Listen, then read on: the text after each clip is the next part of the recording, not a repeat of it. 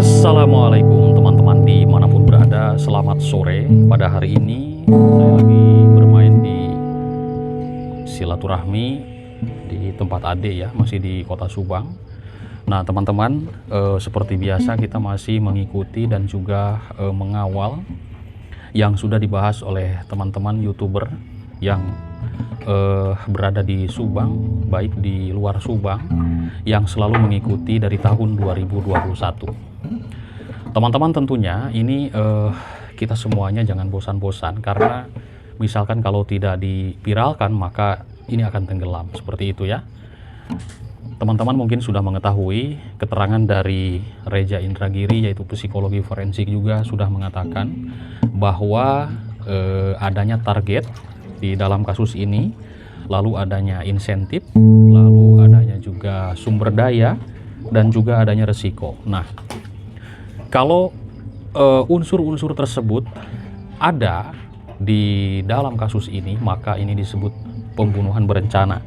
Nah, tentunya teman-teman sudah memahami bagaimana pasal yang dikenakan, yaitu dengan pembunuhan berencana, yaitu 340, lalu seumur hidup dan juga hukuman mati.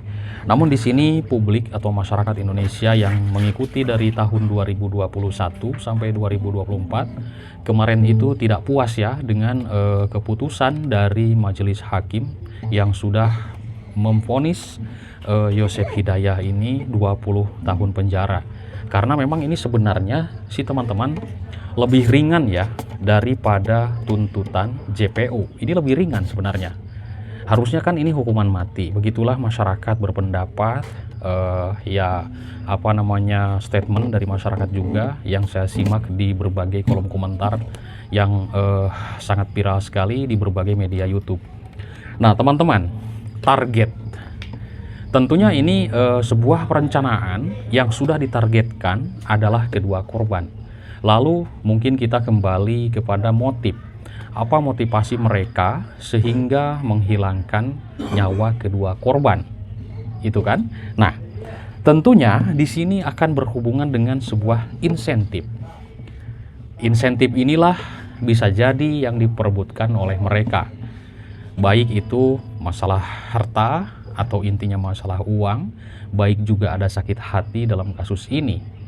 Lalu adanya adalah sumber daya. Di sini, di dalam kasus Subang ini, sumber daya yang sudah ditetapkan menjadi tersangka ada 5 orang, Yosef, Mimin, Abi, Arigi, dan juga Abi. Ini tentunya adalah sumber daya, namun muncul lagi tentang masalah obstruction of justice. Nah ini teman-teman, obstruction of justice inilah tentunya yang harus kita viralkan, karena inilah yang menghalang-halangi penegakan hukum, penegakan keadilan di negeri ini. Orang-orang atau OOJ ini tentunya ini bukan orang-orang bodoh. Ini orang-orang sangat pintar sekali, apalagi dalam masalah kasus ya, apalagi ini kasus pembunuhan. Dan tentunya di dalam kasus Subang ini adanya OOJ yang merusak TKP, yang merusak barang bukti, yang menghilangkan barang bukti, yang menghilangkan sidik jari. Ini tentunya adanya bersih-bersih tempat kejadian perkara. Dan ini bisa saja ada dua kemungkinan, ada yang menyuruh. Lalu siapa yang menyuruhnya? Nah ini, lalu apa motif orang yang menyuruh ke orang tersebut? Itu kan menjadi pemikiran dan juga bahasan kita semuanya, ya kan? Kenapa kok menyuruh orang? Apa motivasi dia menyuruh? Harus membersihkan TKP, harus menghilangkan barang bukti yang ada di TKP. Intinya kasus ini sudah direncanakan, dan sekarang kita sudah mengetahui 2 tersangka sudah mendekam di tahanan. Ini 4 tahun penjara Danu, 20 tahun penjara Yosef Hidayah. Teman-teman, kita kan tidak menyangka, ya kan?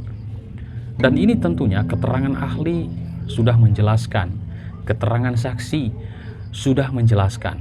Namun di sini perdebatan masyarakat, yaitu bagaimana sih pertama kualitas saksi, yang mana definisi saksi itu adalah yang melihat, mendengar, menyaksikan. Itu saksi definisinya. Apakah mereka benar-benar memberikan sebuah keterangannya di persidangan? Kalau saya menyimak ya, saksi-saksi ini sebenarnya tidak ada deh kepentingan untuk menutupi kasus ini. Mereka juga pasti takut lah teman-teman ya. Ya contohnya kita kembalikan kepada diri kita sendiri. Kalau misalkan kita menjadi saksi dan sudah disumpah di pengadilan, maka itu akan harus memberikan kesaksian yang sebenar-benarnya. Karena ini akan ada pidana jika memberikan kesaksian yang palsu tentunya. Coba teman-teman bayangkan, kalau misalkan saksi dan definisi saksi itu melihat, mendengar, menyaksikan, lalu berbohong, maka ini yang akan menghancurkan, dan ini juga yang disebut obstruction of justice. Ini masuknya ke sana teman-teman tentunya. Dan di kasus Subang ini terus terang yang saya pantau dari tahun 2021, ini tentunya kasus ini sudah dirancang agar jangan sampai terungkap. Banyaklah sebuah framing. Ini kan luar biasa. Sekarang Pak Yosef statementnya merasa difitnah. Fitnah besar terhadap saya oleh seorang Danu. Persidangan ini karena kebohongan Danu. Kan seperti itu ya. Coba teman-teman bayangkan. Jadi publik ini kadang bertanya-tanya sampai saat ini tentunya, apakah benar Pak Yosef ini pelakunya? Apakah benar Pak Yosef ini tidak terlibat? Apakah benar pengakuan Danu ini? Apakah benar Danu berbohong? Kan seperti itu ya, bergejolak di masyarakat karena tidak adanya kepuasan, belum adanya keadilan kedua korban, baru kisaran 80%. Kenapa saya katakan 80%? Karena yang saya pantau di dalam kasus ini masih banyak masalah. Pertama, kasus pembunuhannya. Yang kedua, yaitu kasus dugaan korupsi atau pencucian uang di salah satu lembaga pendidikan yang dinaungi Bina Prestasi Nasional, SMA dan juga SMP. Dugaannya ini ada dana negara yang disalahgunakan. Lalu yang kedua, penggunaan atau dugaan pemalsuan ijazah palsu.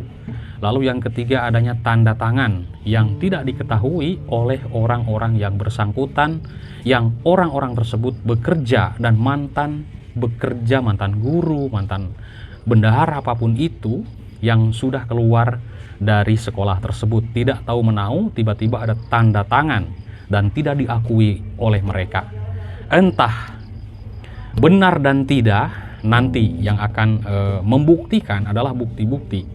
Karena kan sudah diketahui sekolah tersebut fiktif, sekolah tersebut kasus, tapi kok masih pada kerja di sana? Berarti otomatis ada uang yang dimakan mereka, yang termakan mereka, baik gaji atau insentif atau apapun itu, kan seperti itu. Otomatis mereka juga bisa jadi dugaannya ada keterlibatan dan mengetahui. Sudah tahu sekolah fiktif, tapi kok kenapa masih kerja di sana? Itu pertanyaannya. Silahkan teman-teman yang bisa menjawab, atau dari siapapun yang nonton video saya, atau dari mantan guru yang berada di sekolah Yosef tersebut, silahkan berkomentar.